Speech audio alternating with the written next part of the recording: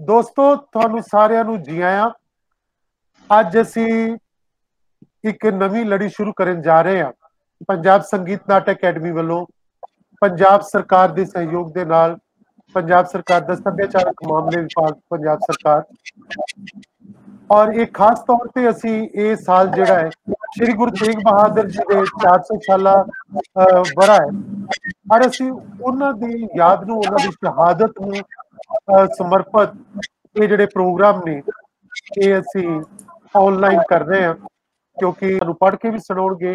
ये गीत भी कुछ बहुत ही खूबसूरत गीत दमन साहब ने लिखे ते असी दमन साहब कोलों इहदे बारे हुण जानना चाहांगे कि दमन साहब तुसीं ਇਹ ਕਿਹੜਿਆਂ ਸਮਿਆਂ 'ਚ ਨਾਟਕ ਲਿਖਿਆ ਸੀ ਤੇ ਕੀ ਲੋੜ ਸੀ ਉਹਨਾਂ ਸਮਿਆਂ ਦੇ ਵਿੱਚ ਤੁਹਾਨੂੰ ਇਹ ਗੁਰੂ ਤੇਗ ਬਹਾਦਰ ਜੀ ਬਾਰੇ ਜਦੋਂ ਇਹ ਨਾਟਕ ਲਿਖਿਆ ਤੇ ਤੁਸੀਂ ਇਹਦੀ ਇੱਕ ਖਾਸ ਸ਼ੈਲੀ ਦੇ ਵਿੱਚ ਤੁਸੀਂ ਲਿਖਿਆ ਸੀਗਾ ਜਿਹਨੂੰ ਬ੍ਰੈਖਟੀਅਨ ਸ਼ੈਲੀ ਦਾ ਤੁਸੀਂ ਨਾਮ ਦਿੱਤਾ ਸੀ ਔਰ ਉਹ ਸ਼ੈਲੀ ਦੇ ਵਿੱਚ ਇਹ ਨਾਟਕ ਲਿਖਣ ਦਾ ਖਿਆਲ ਤੁਹਾਨੂੰ ਕਿਉਂ ਆਇਆ ਇਹਦੇ ਬਾਰੇ ਤੁਸੀਂ ਗੱਲ ਕਰਦੇ ਹੋਏ ਇਸ ਨਾਟਕ ਦੀ ਇਤਿਹਾਸਕਤਾ ਕੀ ਹੈ ਔਰ ਉਹਦੀ ਅੱਜ ਦੇ ਨਾਲ ਜਿਹੜੀ ਰੈਲੇਵੈਂਸੀ ਹੈ ਉਹਦੇ ਬਾਰੇ ਅਸੀਂ ਤੁਹਾਡੇ ਕੋਲ ਸੁਣਾਂਗੇ ਤਾਂ ਜੋ ਅਸੀਂ ਗੁਰੂ ਤੇਗ ਬਹਾਦਰ ਜੀ ਦੀ ਸ਼ਹਾਦਤ ਨੂੰ ਤੁਹਾਡੇ ਨਾਟਕ ਦੇ ਨਾਲ ਸਲਾਮ ਕਰ ਸਕੀਏ ਉਹਨਾਂ ਸ਼ਹਾਦਤਾਂ ਨੂੰ ਸਲਾਮ ਕਰੀਏ। ਦਵਿੰਦਰ ਦਮਨ ਜੀ। दोस्तों सारे बहुत बहुत वेलकम करते हुए मैं अपनी टीम मेरे सहयोगी जरनैल हुशियारपुरी प्रोफेसर अवतार सिंह ते मेरी जीवन साथन जसवंत दमन हाजिर। मैं दोस्तों गल शुरू कर लग्या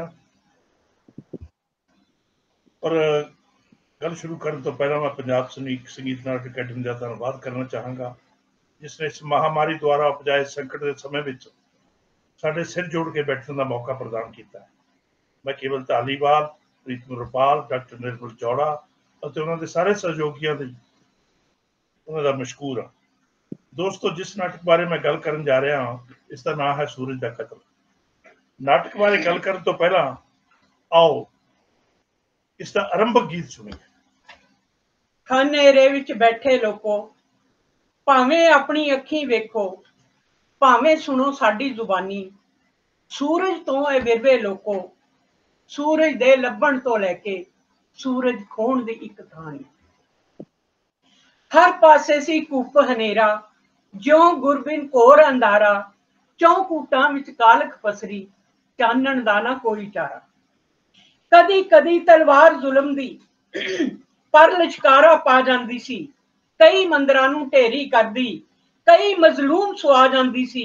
जिस जीना है इदां जीवे जुलम अपना हुक्म सुनाए हर कोई अपना जंजू तोड़े मत्थे ते ना तिलक लगाए।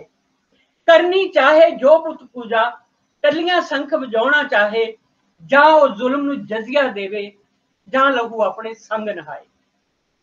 ओदा उस नगरी दे हाकम खुदा वंद सदिंदे गिरजां वांगर मास नोचदे रत लोकां दी पींदे। जुलम राजे दी काली नगरी हर पासे सी हंझू हावे शाला कोई सूरज उगे जो इस नगरी नूर चनावे। खूनी हथ जुलम दा फड़ ले भावें अपना सीस कटावे इदां अपनियां किरनां वंडे उस नगरी दी धुंध हटावे। पर ऐसा सूरज नजर ना आवे जो कोई अपनी किरण लुटावे उस नगरी विच ऐसा सूरज नजर ना आवे नजर ना आवे। किस नगरी दी गल करदे हो मैं भी सुना किस राजे दी गल करदे हो मैं भी सुना जो कदी सोने दी चिड़िया नगरी सी कहलाई उस नगरी दी यह गाथा असी सुनाउंदे भाई। ते राजा राजा लोकां लई ओहदा नाम जुलम खुद आलमगीर सी कहंदा जिस दियां नाड़ां अंदर हरदम तैमूर अते चंगेज खान दा भयानक रत सी वहिंदा। भाइयां दे उस टोपटे कीते बाबल जेली पाया इदां बाबर दी गद्दी ते वारस बन के आया। जुलम किते ना हो जाए नंगा अपना आप लुकाया रत लिबड़े हथी तस्बी फड़ ली मजहब दा चोला पाया। इस तरह उस मजहबी राजे कहर लोकां ते ढाया उसदे नाम ते जुलम दे नाम विच फर्क किसे ना पाया। गल तुहाडी मैं समझिया तुसां जो कह सुनाई क्यों नहीं कहंदे औरंगजेब सी ਐਵੇਂ ਕਹਾਣੀ ਪਾਈ। ਹੌਲੀ ਬੋਲ, ਜਦ ਖੁੱਲਦੇ ਰਾਜੇ ਦੇ ਪੋਲ, ਉਸਦਾ ਜਾਏ ਸਿੰਘਾਸਣ ਡੋਲ।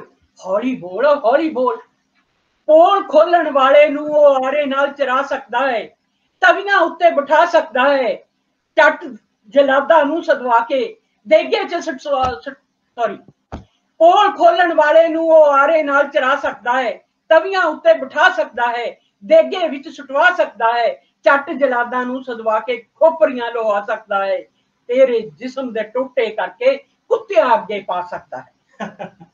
ਔਰੰਗਜ਼ੇਬ ਉਹ ਡਰਪੋਕੋ ਜਿਉਂਦਿਓ ਲੋਥੋ, ਕੁਝ ਤਾਂ ਸਮਝੋ ਕੁਝ ਤਾਂ ਸੋਚੋ। ਔਰੰਗਜ਼ੇਬ ਤਾਂ ਤੁਹਾਡੇ ਸਿਰ ਦੀਆਂ ਜੂਆਂ ਹਨ, ਜੋ ਤੁਹਾਡੀ ਲਾਪਰਵਾਹੀ ਕਾਰਨ ਤੁਹਾਡੇ ਸਿਰ ਵਿੱਚ ਜੰਮ ਪਈਆਂ ਹਨ, ਤੇ ਰੱਤ ਤੁਹਾਡੀ ਉਦੋਂ ਤੱਕ ਚੂਸਦੀਆਂ ਹੀ ਰਹਿਣਗੀਆਂ ਜਦੋਂ ਤੱਕ ਤੁਸੀਂ ਕੰਘਾ ਲੈ ਕੇ ਵਾਲ ਆਪਣੇ ਬਾਹਰ ਨਹੀਂ ਸੁੱਟਦੇ। ਉਹ ਡਰਪੋਕੋ ਜਿਉਂਦਿਓ ਲੋਥੋ, ਕੁਝ ਤਾਂ ਸਮਝੋ ਕੁਝ ਤਾਂ ਸੋਚੋ।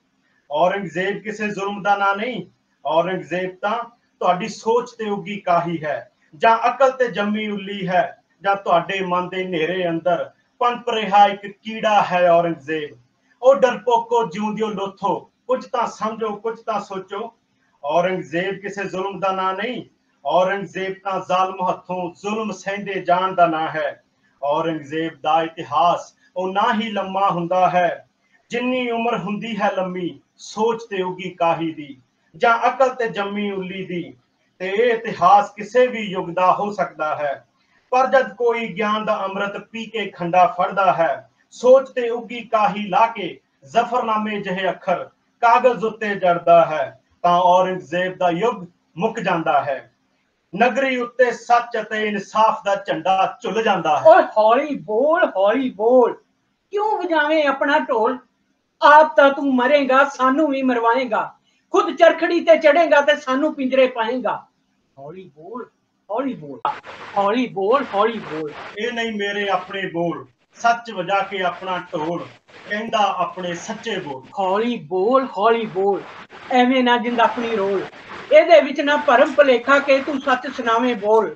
ਇਹਦੇ ਵਿੱਚ ਵੀ ਕੋਈ ਨਹੀਂ ਸ਼ੰਕਾ ਕਿ ਔਰੰਗਜ਼ੇਬ ਕਿਸੇ ਜ਼ੁਲਮ ਦਾ ਨਾਂ ਨਹੀਂ, ਸਾਡੇ ਹੀ ਹੈ ਮਨ ਦਾ ਹੌਲ। ਪਰ ਕੀ ਤੂੰ ਨਹੀਂ ਤੱਕਦਾ, ਜੰਗ ਲੱਗ ਗਈ ਉਸ ਬਾਟੇ ਨੂੰ ਤੇ ਖੰਡੇ ਦੋ ਧਾਰੇ ਨੂੰ, ਜਿਸ ਨਾਲ ਕਿਸੇ ਮਰਦ ਦੇ ਗਮੜੇ ਪਿਆਇਆ ਸੀ ਅੰਮ੍ਰਿਤ ਕੋਲ। ਇਸੇ ਲਈ ਤੈਨੂੰ ਸਮਝਾਈਏ, ਹੌਲੀ ਬੋਲ। ਸੋਚਾਂ ਉੱਤੇ ਕਾਹੀ ਉੱਗੀ ਤੇ ਅਕਲਾਂ ਤੇ ਉੱਲੀ ਲੱਗੀ, ਉੱਲੀਆਂ ਤੇ ਕਾਹੀਆਂ ਦਾ ਯੁੱਗ ਜੋ ਔਰੰਗਜ਼ੇਬ ਦਾ ਆਪਣਾ ਯੁੱਗ ਹੈ। ਕੋਈ ਨਾ ਤੇਰੇ ਸੱਚ ਨੂੰ ਪੁੱਛਦਾ, ਕੋਈ ਨਾ ਇਸ ਦਾ ਮੋਲ। ਹੌਲੀ ਬੋਲ। ਮਤੇ ਇਸ ਹਨੇਰੇ ਅੰਦਰ, ਇਸੇ ਚਾਰ ਚੁਫੇਰੇ ਅੰਦਰ ਦੜ ਵੱਟ ਕੇ ਬੈਠਾ ਹੋਵੇ ਔਰੰਗਜ਼ੇਬ ਦਾ ਉਸਦਾ ਸੂਇਆ ਪਾਰਦਰਸ਼ਕ ਦਾ ਖੋਲ, ਤੇ ਤੇਰੀ ਇਸ ਸੋਹਣੀ ਜਿੰਦ ਨੂੰ ਹਾਥੀ ਦੇ ਪੈਰਾਂ ਨਾਲ ਬੰਨ ਕੇ ਮਿੱਟੀ ਵਿੱਚ ਦੇ ਰੋਲ। ਹੌਲੀ ਬੋਲ। ਹੋਸ਼ਿਆਰ ਖਬਰਦਾਰ। ਇਹ ਨਾਟਕ ਮੈਂ ਗੁਰੂ ਤੇਗ ਬਹਾਦਰ ਸਾਹਿਬ ਦੇ 350 ਸਾਲਾ ਸ਼ਹਾਦਤ ਦੇ ਮੌਕੇ ਤੇ ਲਿਖਿਆ ਸੀ। ਸੱਚੀ ਗੱਲ ਹੈ ਕਿ ਇਸ ਨਾਟਕ ਨੂੰ ਲਿਖਣ ਦਾ ਮੇਰਾ ਕੋਈ ਇਰਾਦਾ ਨਹੀਂ ਸੀ। ਉਸ ਮੌਕੇ ਤੇ ਬਹੁਤ ਸਾਰੇ ਨਾਟਕਕਾਰ ਸ਼ਹਾਦਤ ਦੇ ਨਾਟਕ ਕੇਵਲ ਲਿਖੇ ਹੀ ਨਹੀਂ ਬਲਕਿ ਛਪਵਾ ਵੀ ਚੁੱਕੇ ਸਨ। ਮੈਂ ਉਹਨਾਂ ਵਿੱਚੋਂ ਕੁਝ ਨਾਟਕ ਪੜ੍ਹਦਿਆਂ ਮਹਿਸੂਸ ਕੀਤਾ ਕਿ ਘਟਨਾ ਨਾਲ ਇਨਸਾਫ ਨਹੀਂ ਹੋ ਸਕਿਆ। ਬਹੁਤੇ ਨਾਟਕ ਸ਼ਰਧਾਲੂ ਗੈਰ ਇਤਿਹਾਸਕ ਤੱਥਾਂ ਨਾਲ ਅਤੇ ਅਵਿਗਿਆਨਕ ਘਟਨਾਵਾਂ ਨਾਲ ਤੁੱਥ-ਮੁੱਥ ਹੋਏ ਪਏ ਸਨ। ਗੁਰੂ ਤੇਗ ਬਹਾਦਰ ਦੀ ਸ਼ਹਾਦਤ ਦੀ ਘਟਨਾ ਆਪਣੇ ਸਮੇਂ ਦੀ ਕੋਈ ਮਾਮੂਲੀ ਘਟਨਾ ਨਹੀਂ ਸੀ। ਉਹਨੂੰ ਉਸਦੇ ਸਮਕਾਲ ਵਿੱਚ ਰੱਖ ਕੇ ਉਸ ਸਮੇਂ ਦੀ ਧਾਰਮਿਕ, ਸਮਾਜਿਕ ਅਤੇ ਰਾਜਨੀਤੀ ਨੂੰ ਗੌਲੇ ਬਿਨਾਂ ਇਸ ਸ਼ਹਾਦਤ ਦਾ ਮੁਲਾਂਕਣ ਕਰਨਾ ਇਸ ਸ਼ਹਾਦਤ ਨਾਲ ਬੇਇਨਸਾਫੀ ਹੋ ਗਈ। ਇਹ ਸ਼ਹਾਦਤ ਉਸ ਸਮੇਂ ਦੀ ਮਹਾਨ ਘਟਨਾ ਹੈ। ਸੰਸਾਰ ਵਿੱਚ ਸਿਰਫ 2 ਘਟਨਾਵਾਂ ਹੀ ਇਸ ਤਰ੍ਹਾਂ ਵਾਪਰੀਆਂ ਨੇ। ਜਾਂ ਤਾਂ ਬਹੁਤ ਪਹਿਲਾਂ ਕਦੇ ਇੱਕ ਪਾਦਰੀ ਆਪਣੇ ਯੁੱਗ ਦੇ ਜ਼ਾਲਮ ਹਾਕਮਾਂ ਵਿਰੁੱਧ ਮਕਤਲ ਵੱਲ ਖੁਦ ਤੁਰਿਆ ਸੀ, ਜਾਂ ਫਿਰ ਗੁਰੂ ਤੇਗ ਬਹਾਦਰ ਮਾਨਵਤਾ ਦੀ ਆਜ਼ਾਦੀ ਲਈ ਖੁਦ ਬਖੁਦ ਮਕਤਲ ਦਾ ਰਸਤਾ ਤਿਆਰ ਕੀਤਾ ਸੀ। ਮੈਨੂੰ ਜਾਪਿਆ ਕਿ ਪਹਿਲੇ ਨਾਟਕਾਂ ਵਿੱਚ ਅਣਗੌਲੇ ਮੁੱਦਿਆਂ ਨੂੰ ਮੈਨੂੰ ਆਪਣੇ ਨਾਟਕ ਵਿੱਚ ਵਿਚਾਰਨਾ ਚਾਹੀਦਾ ਹੈ। ਮੇਰਾ ਵਿਚਾਰ ਹੈ ਕਿ ਕਿਸੇ ਵੀ ਇਤਿਹਾਸਕ ਨਾਟਕ ਨੂੰ, ਇਤਿਹਾਸਕ ਘਟਨਾ ਨੂੰ ਜੇ ਸਾਹਿਤਕ ਰੂਪ ਦੇਣਾ ਹੋਵੇ ਤਾਂ ਪਹਿਲਾਂ ਉਸਦੇ ਤਰਕ ਦੇ ਆਧਾਰ ਤੇ ਘਟਨਾ ਦੇ ਪਿਛੋਕੜ ਵਿੱਚ ਪਏ ਸੱਚ ਦੀ ਖੋਜ ਕਰਨੀ ਚਾਹੀਦੀ ਹੈ। ਦੂਜੇ, ਇਤਿਹਾਸ ਤੇ ਉਹਨਾਂ ਪੰਨਿਆਂ ਨੂੰ ਆਪਣੀ ਕਿਰਤ ਵਿੱਚ ਢਾਲਣਾ ਚਾਹੀਦਾ ਹੈ जो अजोके युग ਨੂੰ ਵੀ ਸੰਬੋਧਿਤ ਹੋਣ। ਮੈਂ ਲਿਖਣ ਦਾ ਮਨ ਤਾਂ ਬਣਾ ਲਿਆ, ਪਰ ਮੈਨੂੰ ਜਾਪਿਆ ਕਿ ਇਸ ਨਾਟਕ ਦਾ ਕਥਾਨਕ 3 ਜਾਂ 5 ਐਕਟਾਂ ਵਾਲੀ ਵਿਧਾ ਵਿੱਚ ਨਹੀਂ ਸਮਾ ਸਕੇਗਾ। ਮੈਂ ਕੁਝ ਕੁ ਬਰਟੋਲਟ ਬ੍ਰੈਖਟ ਦੇ ਨਾਟਕ ਪੜ੍ਹੇ ਸੀ, ਇਸ ਲਈ ਮੈਂ ਸੋਚਿਆ ਕਿ ਇਸ ਨਾਟਕ ਨੂੰ ਬ੍ਰੈਖਟੀਅਨ ਸ਼ੈਲੀ ਵਿੱਚ ਢਾਲਣਾ ਚਾਹੀਦਾ ਹੈ, ਪਰ ਮੈਨੂੰ ਸਮਝ ਨਹੀਂ ਸੀ ਆ ਰਿਹਾ ਕਿ ਕਥਾ ਦਾ ਲੜ ਕਿਵੇਂ ਤੇ ਕਿਸ ਪਾਸੋਂ ਫੜਿਆ ਜਾਵੇ। ਮੇਰੀ ਚੰਗੀ ਕਿਸਮਤ ਨੂੰ ਉਹਨਾਂ ਦਿਨਾਂ ਵਿੱਚ ਸੰਸਾਰ ਪ੍ਰਸਿੱਧ ਮੰਚ ਨਿਰਦੇਸ਼ਕ ਅਬਰਾਹਿਮ ਅਲ ਕਾਜ਼ੀ ਦੀ ਧੀ ਨਾਲ ਮੁਲਾਕਾਤ ਹੋ ਗਈ। ਅਮਾਲ ਹਾਲ ਵਿੱਚ ਹੀ ਉਹ ਅਤੇ ਉਸਦਾ ਪਤੀ ਜਰਮਨ ਤੋਂ ਬ੍ਰੈਖਟ ਉੱਪਰ 3 ਸਾਲ ਦਾ ਅਧਿਐਨ ਕਰਕੇ ਪਰਤੇ ਸਨ। ਪੰਜਾਬ ਯੂਨੀਵਰਸਿਟੀ ਦੇ ਥੀਏਟਰ ਵਿਭਾਗ ਨੇ ਉਸ ਨੂੰ ਬਤੌਰ ਮਹਿਮਾਨ ਨਿਰਦੇਸ਼ਕ ਦੇ ਤੌਰ ਤੇ ਸੱਦਿਆ ਸੀ, ਜਿੱਥੇ ਉਸਨੇ ਵਿਦਿਆਰਥੀਆਂ ਨੂੰ ਬ੍ਰੈਖਟੀਅਨ ਸ਼ੈਲੀ ਦਾ ਅਧਿਐਨ ਕਰਾਉਣਾ ਸੀ ਅਤੇ 2 ਨਾਟਕ exception and the rule and 3 penny opera ਵੀ ਪ੍ਰਸਤੁਤ ਕਰਨੇ ਸਨ। 3 ਪੈਨੀ ਓਪੇਰਾ ਦੇ ਪਾਤਰ ਬਹੁਤ ਜ਼ਿਆਦਾ ਸਨ, ਜਿਸ ਕਾਰਨ ਉਸ ਨੂੰ ਕੁਝ ਅਦਾਕਾਰ ਵਿਭਾਗ ਤੋਂ ਬਾਹਰੋਂ ਲੈਣੇ ਪਏ, ਜਿਨ੍ਹਾਂ ਵਿੱਚ ਮੇਰੀ ਜੀਵਨ ਸਾਥਣ ਜਸਵੰਤ ਵੀ ਸ਼ਾਮਲ ਸੀ, ਅਤੇ ਜੋ ਮੇਰੇ ਅਤੇ ਅਮਾਲ ਦੇ ਜਾਣ ਪਛਾਣ ਦਾ ਸਬੱਬ ਵੀ ਬਣੀ। ਅਮਾਲ ਦੇ ਚੰਡੀਗੜ੍ਹ ਠਹਿਰਨ ਦੇ ਦੌਰਾਨ ਮੈਂ ਅਮਾਲ ਨੂੰ ਮਿਲਣ ਦਾ ਕੋਈ ਵੀ ਮੌਕਾ ਹੱਥੋਂ ਨਹੀਂ ਜਾਣ ਦਿੱਤਾ ਅਤੇ ਲਗਾਤਾਰ ਬ੍ਰੈਖਟ ਬਾਰੇ ਗਿਆਨ ਇਕੱਠਾ ਕਰਦਾ ਰਿਹਾ ਅਤੇ ਉਸ ਵੱਲੋਂ ਸੁਝਾਈਆਂ ਕਿਤਾਬਾਂ ਦਾ ਅਧਿਐਨ ਵੀ ਕਰਦਾ ਰਿਹਾ। ਆਖਿਰ ਵਿੱਚ ਮੈਂ ਅਮਾਲ ਨੂੰ ਆਪਣੇ ਮਨ ਦੀ ਇੱਛਾ ਪ੍ਰਗਟਾਈ ਕਿ ਮੈਂ ਬ੍ਰੈਖਟੀਅਨ ਸ਼ੈਲੀ ਦੇ ਆਧਾਰ ਤੇ ਗੁਰੂ ਤੇਗ ਬਹਾਦਰ ਦੀ ਸ਼ਹਾਦਤ ਬਾਰੇ ਨਾਟਕ ਲਿਖਣਾ ਚਾਹੁੰਦਾ ਹਾਂ। ਤਾਂ ਉਸਨੇ ਸ਼ਹਾਦਤ ਦੀ ਪੂਰੀ ਗਾਥਾ ਸੁਣੀ ਅਤੇ ਬੋਲੀ, ਫਿਰ ਸੋਚਦਾ ਕੀ ਹੈ, ਲਿਖਣ ਦੀ ਕਰ। ਦੋਸਤੋ, ਮੈਂ 15-20 ਦਿਨਾਂ ਵਿੱਚ ਨਾਟਕ ਲਿਖ ਮਾਰਿਆ। ਜੇ ਇੱਥੇ ਮੈਂ ਇੱਕ ਹੋਰ ਸ਼ਖਸ ਨਵਤੇਜ ਸਿੰਘ ਪ੍ਰੀਤੜੀ ਦਾ ਜ਼ਿਕਰ ਨਾ ਕਰਾਂ ਤਾਂ ਬਹੁਤ ਵੱਡੀ ਗੁਸਤਾਖੀ ਹੋਵੇਗੀ, ਜਿਸਨੇ ਕਈ ਵਾਰ ਇਸ ਨਾਟਕ ਨੂੰ ਪੜ੍ਹਿਆ, ਸੁਣਿਆ ਅਤੇ ਕਈ ਦਰੁਸਤੀਆਂ ਵੀ ਕਰਵਾਈਆਂ। ਮੁਗਲ ਕਾਲ ਦੇ ਪ੍ਰਭਾਵ ਨੂੰ ਬਣਾਈ ਰੱਖਣ ਲਈ ਖਾਸ ਤੌਰ ਤੇ ਬਾਦਸ਼ਾਹ ਤੇ ਅਹਿਲਕਾਰਾਂ ਦੀ ਵਾਰਤਾਲਾਪ ਵਿੱਚ ਮੈਂ ਉਰਦੂ ਤੇ ਫਾਰਸੀ ਦੇ ਸ਼ਬਦਾਂ ਦੀ ਭਰਪੂਰ ਵਰਤੋਂ ਕੀਤੀ ਹੈ। ਨਵਤੇਜ ਹੋਰਾਂ ਦੋਵੇਂ ਭਾਸ਼ਾਵਾਂ ਦੇ ਜਾਣੂ ਹੋਣ ਕਾਰਨ ਇਹਨਾਂ ਭਾਸ਼ਾਵਾਂ ਦੀ ਦਰੁਸਤੀ ਵੀ ਕੀਤੀ। ਇਹ ਨਾਟਕ ਬਹੁਤ ਹੀ ਕਾਮਯਾਬੀ ਨਾਲ ਬਹੁਤ ਥਾਵਾਂ ਤੇ ਖੇਡਿਆ ਗਿਆ।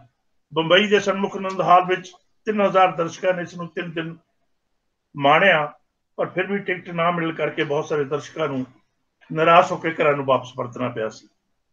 ਪਰ ਇਸ ਨਾਟਕ ਦੀ ਸਫਲਤਾ ਨੇ ਮੈਨੂੰ ਬਾਰ-ਬਾਰ ਬੰਬਈ ਵਿੱਚ ਹੋਰ ਨਾਟਕ ਖੇਡਣ ਦਾ ਮੌਕਾ ਪ੍ਰਦਾਨ ਕਰ ਦਿੱਤਾ ਸੀ। ਐਮਰਜੈਂਸੀ ਦੇ ਦਿਨ ਸਨ ਜਦੋਂ ਇਹ ਨਾਟਕ ਟੈਗੋਰ ਥੀਏਟਰ ਵਿੱਚ ਖੇਡਿਆ ਗਿਆ ਤਾਂ ਇੰਡੀਅਨ ਐਕਸਪ੍ਰੈਸ ਦੀ ਹੇਠ ਲਿਖੀ ਰਿਪੋਰਟ ਕਾਰਨ ਇਹ ਨਾਟਕ ਬੈਨ ਹੋ ਗਿਆ।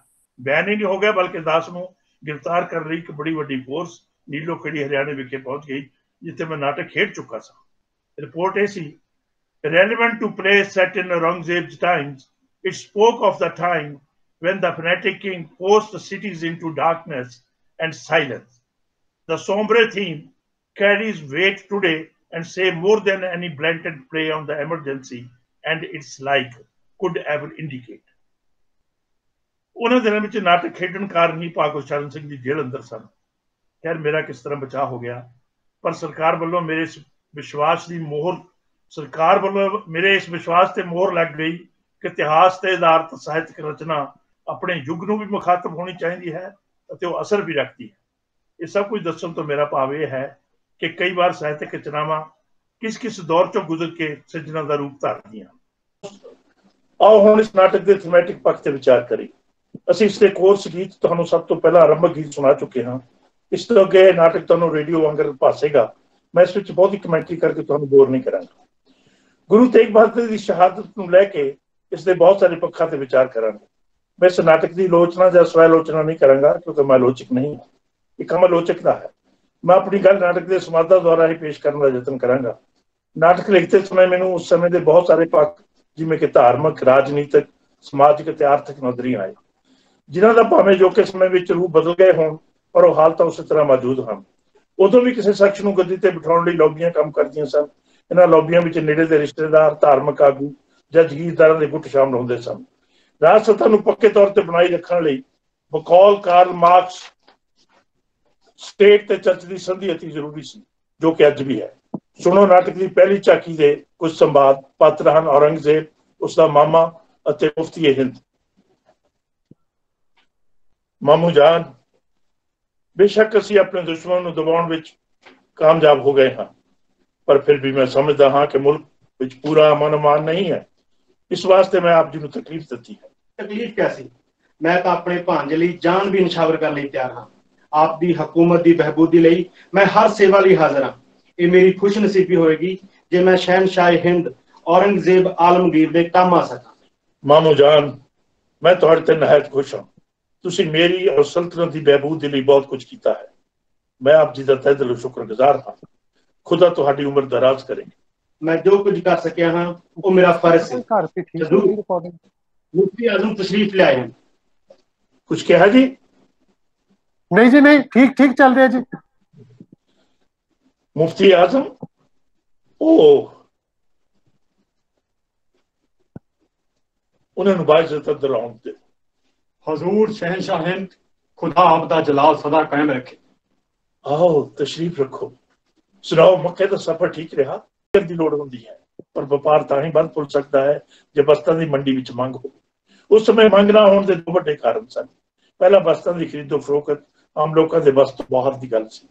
दूजे जो खरीद भी सकते सन, उन्हां नूं बादशाह दे मजहब दे ना होण कारण उच्च पाए दी अवस्था पाउण, हंडाउण अते रखण दी मनाही सी। जगीरू युग विच यह वर्तारा सारे संसार विच वापर रहा सी। ये व्यापारी ते कारीगर जमात दी गुरु साहब बतौर आगू होने का टुट शब्दां दा ही सबूत है कि गुरु साहब की शहादत तो पिछों उन्होंने धड़ की हुकूमत वालों की जाने वाली बेहरमती तो बचाने लई रूह के एक लबाणे व्यापारी ने अपनी जान जोखम विच पा के धड़ दे अपने घर नूं अग ला के संस्कार कर दिता सी। आओ सुनिए उस युग की मर्यादी। सुनो लोग खुदा दा हुक्म शहनशाह दा, आलमगीर दा फरमान, सारे सुनो नाल ध्यान। हर आम ते खास नूं इतला दिती जांदी है कि शहनशाह हिंद अब्दुल महिउद्दीन मुहम्मद औरंगजेब पातशाह गाजी दा सारी रियाया नूं हुक्म है कि वो बादशाह सलामत दा मजहब मतलब के शाही मजहब कबूल कर लवे। जो लोग बादशाह सलामत दा मजहब यानी कि शाही मजहब नहीं अपनाउणगे उन्हां नूं अपने पूज स्थान बनाउण और मदरसे खोलण की आग्ञा नहीं दी जाएगी। ना ही वो त्योहार मनाउण, चंगे कपड़े पहनण, घोड़े या पालकी की सवारी करन और ना ही अपने पास कोई हथियार रखण के हकदार होणगे। और इस तो इलावा शाही मजहब वालियां नूं यह हदायत की जाती है कि वो गैर शाही मजहब वालियां नाल ना ही रिश्ता नाता करन अते ना ही कोई मेल जोल रखण। इस हुक्म की नाफरमानी करने वाला शख्स सख्त सजा दा हकदार होवेगा। राजा वे ओ मजहबी राजा, तू की मजहब फलाउणा। असी तां दुखड़े सहंदे आए, असी तां दर्द हंडाउणा, साडे किस काम आउणा। सदियां तो ने साडे राजा रहे नसीबे सुते, इस नगरी दे हाकम सदा शी मुकद्दम कुत्ते। के ही साडी जूनी राजा, करम साडे फुटे, साडी मेहनत दी युगां तो हर राजा पत लुटे। जो राजे दा मजहब होंदा ओयो मजहब आ साडा, पर चुगियां तो महलां तक दा पैंडा सदा दुराडा। राजा वे ओ मजहबी राजा, कि तू मजहब फलाउणा, असी तां दुखड़े सहंदे आए, असी तां दर्द हंडाउणा, साडे किस काम आउणा। जे सोचा जाए आखिर मजहब है कि मजहब अपने युग की एक नवीनतम सोच होंदी है जो अपने समकाल दीआं भ्रिष्ट कदरां कीमतां नूं रद्द करके मानवता नूं गाहां वधू सोच अपनाउण लई प्रेरदी है। पर उस समय की राजकर्ता जमात इस सोच नूं अपने हितां दे खिलाफ समझदे होई इस सोच नूं बगावत गर्दान के उस सोच की अगवाई करने वाले महापुरुष नूं दंडित करदी है। भावें वो मुहम्मद होवे, भावें ईसा, मंसूर होवे, भावें सुकरात जां साडे गुरु साहिबान हो। पर समा गुजरन ते आवाम दा रुझान वेख के हाकिम जमात इसनूं धर्म दा रूप दे के रवायती तौर ते अमल विच नहीं अपने हितां दी वरतों लई स्वीकार कर लैंदी है अते गुमराह होए लोग मुड़ शोषण दा शिकार हुंदे रहिंदे हन। सुनो इस नाटक दा ये गीत, मजहब दा गीत। मजहब जो कि लोग पीड़ा विचों जन्मदा, मजहब जिसनूं लोग खून दे के पालदे, जिहदे पिछे लोग अंग अंग कटदे, चरखियां ते खल अपनी उतारदे ते एदे जिस्म नूं सवारदे। लोग एदी रखिया लई सूली चुमदे, हस हस फांसियां ते चढ़ जांदे, मिंज अपनी दे नाल करके मालशां। जदों मापे इस नूं जवान करदे, खुशी विच जापदे ना म्योंदे मापड़े। जदों एदे सोहणे डोले ने फड़कदे, सोचदे बुढ़ापे विच कम आएगा, दुख हरेगा ते राह रोशन आएगा। फिर जदों जुल्म दी काली नेरी आ जांदी है, चारे कूटी इसकी कालक छा जाती है। बेसहारे मापे पुत्र लभदे ने, किथे गई डंगोरी मन विच खपदे ने। ए पर ओ डंगोरी तां विक जांदी है, मापियां नूं राह दस्सण दी थां। सोने दे कुछ सिक्कियां बदले राजे दे दरबान दे हथ विच लाठी बन के टिक जांदी है। जुल्म दी अग विच लोक जदों फिर लुचदे ने, पहला राजे दी नीयत ते शक करदे, फेर सियाणे पुत्तर नूं दुखां दा कारण पुछदे ने। पुत्तर उदों अकल दा पन्ना पढ़दा है, झट लोकां ते खूह दोष गुनाह दा जड़दा है। राजा साडा नेक कलंक अवतारा है। राजा साडा नेक कलंक अवतारा है, दोष तुहाडे कर्मां दा ही भारा है। तुसी हो दुखी क्योंकि भुल्लण हारे हो, कईयां जन्मां ते गुनाहगारे हो। पुत्तर दी गल सुन के मापे बह जांदे, पुੱਤ कपुੱਤਰ होया भोले की जानन। जुल्म राजे दे कर्मां दा फल समझ विचारे सह जांदे। जदों जुल्म दा भांबड़ उच्चा मचदा है, लोकां अंदर खून जोश विच नचदा है। रोह दे बाण हत्थां विच पकड़े जांदे ने, हथ पर मजहब दे मोह विच जकड़े जांदे ने। मजहब तां राजे नूं कम दिंदा ढालां दा, बनदा परदा उस दियां कपटियां चालां दा। सार ले साडी बच्चिया दुखी कनेरे हां, तैनू गोद खडाया मापे तेरे हां। की तुसी गोद खडाया? मजहब सुनाउंदा है, बचपन दे दुखां दी कहानी पाउंदा है। चीथड़ियां विच पलियां भुखां कट्टियां ने, जे कदे कुछ मंगिया घूरियां वट्टियां ने। हुण मैं राजे दे महलां विच रहिंदा हां, सब कुछ होवे हाज़र जो भी कहंदा हां। तुहाडे आखे लग के सब कुछ गाल लवां, उल्टा राजे दे संग दुश्मनी पाल लवां। जाओ उड़ीकण पईयां तुहाडियां झुग्गियां ने, की बाजां दा साथ निभाउणा खुगियां ने। हो निराशे मापे घरां नूं मुड़दे ने, अपने पुत्तर अपने भागां ते कर्मां ते कुड़दे ने। पीड़ लुकाई दी जद सिखरां छूंदी है, नवे मजहब नूं फेर लुकाई जन्मदी है। अपने रब दी गुड़ती मूंह विच चुंदी है, अपने लहू संग उस नूं धोंदी है। भावें आप दा रुत सियाली ठरदी है, मिंज बाल के उस नूं निग्घियां करदी है। उस दी रखिया खातर सूली चढ़दी है, मुड़ के सीस तली दे उत्ते धरदी है। पर क्यों ओ कपूत महली जा वड़दा, ते सोने दे सिक्के हथ विच जा फड़दा। जीवन अपना राज दे लेखे ला दिंदा है, अपने दुखी मापियां ताईं भुला दिंदा है। शाला ऐसा पुत्तर कदे तां जम्मेगा, जो अपने मापियां दा हथ थमेगा, ते राजे दे सिक्कियां नूं ठुकराएगा, जिस नूं राज महल रास ना आएगा। जो झुग्गियां दी राखी दे लई डट जावे, ते दुख चक्कर 84 वाले कट जावे। ਇਹ ਜ਼ਰੂਰੀ ਨਹੀਂ ਕਿ ਸਜ਼ਾ ਭੁਗਤਣ ਵਾਲਾ ਦੂਜੇ ਮਜ਼ਹਬ ਦਾ ਹੀ ਹੋਵੇ, ਭਾਵੇਂ ਰਾਜ ਕਰਤਾ ਜਮਾਤ ਦਾ ਹਮ ਮਜ਼ਹਬ ਹੋਵੇ, ਬਸ ਉਸਦੇ ਕਿਸੇ ਵਿਵਹਾਰ ਵਿੱਚੋਂ ਰਾਜ ਦੇ ਵਿਰੋਧ ਦੀ ਬੋ ਆਉਣੀ ਚਾਹੀਦੀ। ਉਦਾਹਰਨ ਦੇ ਤੌਰ ਤੇ ਸਰਮਦ ਔਰੰਗਜ਼ੇਬ ਦੀ ਇਸ ਨੀਤੀ ਦਾ ਸ਼ਿਕਾਰ ਹੋਇਆ। ਖੈਰ ਸਾਡੇ ਨਾਟਕ ਦਾ ਕੇਂਦਰੀ ਬਿੰਦੂ ਗੁਰੂ ਤੇਗ ਬਹਾਦਰ ਜੀ ਦੀ ਸ਼ਹਾਦਤ ਹੈ।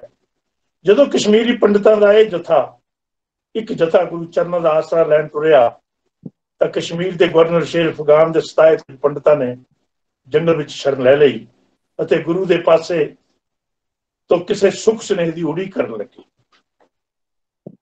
पंडित जी तुसी मुड़ आए, की आख्या गुरु जी ने?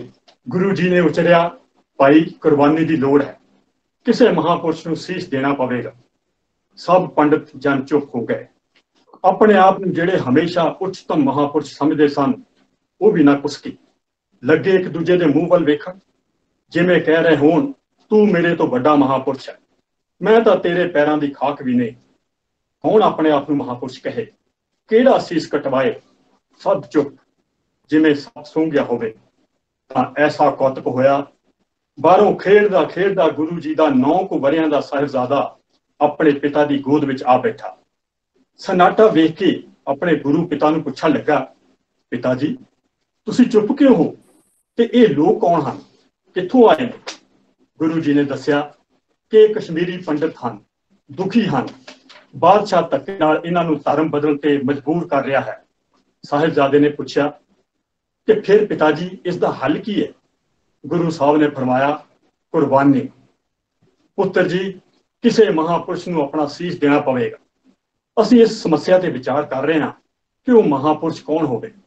तां साहिबजादा अपोल ही बोल उठिया, पिताजी ਤੁਹਾਡੇ ਤੋਂ ਵੱਡਾ ਮਹਾਪੁਰਸ਼ ਕੌਣ ਹੈ? ਗੁਰੂ ਜੀ ਨੇ ਪੁੱਤਰ ਨੂੰ ਗਲ ਨਾਲ ਲਾ ਲਿਆ, ਮੁਸਕਰਾਏ ਤੇ ਫਿਰ ਬੋਲੇ, ਭਾਈ ਪੰਡਤ ਜਨੋ, ਮੇਰੀ ਚਿੰਤਾ ਮੇਰੇ ਬੱਚੇ ਨੇ ਦੂਰ ਕਰ ਦਿੱਤੀ ਹੈ। ਤੁਸੀਂ ਜਾਓ, ਜਾ ਕੇ ਬਾਦਸ਼ਾਹ ਨੂੰ ਮੇਰਾ ਸੁਨੇਹਾ ਦੇ ਦਿਓ ਕਿ ਜੇ ਉਹ ਤੇਗ ਬਹਾਦਰ ਨੂੰ ਆਪਣੇ ਮਜ਼ਹਬ ਵਿੱਚ ਸ਼ਾਮਲ ਕਰਨ ਲਈ ਮਨਾ ਲਵੇ ਤਾਂ ਅਸੀਂ ਵੀ ਸ਼ਾਹੀ ਮਜ਼ਹਬ ਕਬੂਲ ਕਰ ਲਵਾਂਗੇ। ਕਿੰਨੀ ਨਿਰਮਾਣਤਾ ਨਾਲ ਉਚਰੇ ਸੀ ਗੁਰੂ ਜੀ ਨੇ ਇਹ ਥੋੜੇ ਜਿੰਨੇ ਸ਼ਬਦ। ਕਿੱਡਾ ਵੱਡਾ ਸਹਾਰਾ ਬਣ ਗਏ ਸਾਡੇ ਲਈ। ਇੱਕ ਸ਼ਕਤੀ ਬਖਸ਼ੀ ਹੈ ਇਹਨਾਂ ਸ਼ਬਦਾਂ ਨੇ, ਇੱਕ ਹੌਸਲੇ ਦਾ ਨਿਰਮਾਣ ਹੋਇਆ ਹੈ ਸਾਡੇ ਅੰਦਰ, ਜਿਸ ਆਸਰੇ ਮੈਂ ਕੱਲ ਸ਼ੇਰ ਅਫਗਾਨ ਦੀਆਂ ਅੱਖਾਂ ਵਿੱਚ ਅੱਖਾਂ ਪਾ ਕੇ ਇਹ ਸੁਨੇਹਾ ਦੇ ਸਕਾਂਗਾ। ਪੰਡਿਤ ਜੀ, ਅਸੀਂ ਵੀ ਤੁਹਾਡੇ ਨਾਲ ਚੱਲਾਂਗੇ। ਹਾਂ ਚਲੋ ਪੰਡਤ ਜਨੋ। ਜਦ ਨਾ ਰਿਹਾ ਕੋਈ ਚਾਰਾ, ਜ਼ੁਲਮ ਦਾ ਦੂਰ ਕਰਨ ਅੰਧਿਆਰਾ। ਆਖਿਰ ਗੁਰੂ ਪ੍ਰਚਾਰ ਕਰਦੇ ਹੋਏ, ਲੋਕਾਂ ਨੂੰ ਸਮੇਂ ਦੀ ਹਾਲਤ ਤੋਂ ਜਾਣੂ ਕਰਾਉਂਦੇ ਹੋਏ, ਆਉਣ ਵਾਲੇ ਸੰਭਾਵਤ ਮੁਸ਼ਕਲਾਂ ਲਈ ਲੋਕਾਂ ਨੂੰ ਤਿਆਰ ਕਰਦੇ ਹੋਏ 6 ਮਹੀਨੇ ਤੱਕ ਦਿੱਲੀ ਵੱਲ ਕੂਚ ਕੀਤਾ, ਪਰ ਦਿੱਲੀ ਪਹੁੰਚਣ ਤੋਂ ਪਹਿਲਾਂ ਹੀ ਆਗਰੇ ਤੋਂ ਗ੍ਰਿਫਤਾਰ ਕਰ ਲਏ ਗਏ। ਸੁਣੋ ਨਵਾਬ ਸੈਫੁਦੀਨ ਤੋਂ ਵਿਦਾਇਗੀ ਦੀ ਇੱਕ ਝਲਕੀ। ਜਦ ਨਾ ਰਿਹਾ ਕੋਈ ਚਾਰਾ, ਜ਼ੁਲਮ ਦਾ ਦੂਰ ਕਰਨ ਅੰਧਿਆਰਾ। ਧਰ ਕੇ ਸੀਸ ਤਲੀ ਤੇ ਤੁਰਿਆ, ਸੂਰਜ ਲੈ ਕੇ ਕਾਫਲਾ। ਇੱਕ ਸੂਰਜ ਨੇ ਰੋਜ਼ ਹੀ ਜਾ ਕੇ ਰੋਜ਼ ਹੀ ਮੁੜ ਕੇ ਆਉਣਾ।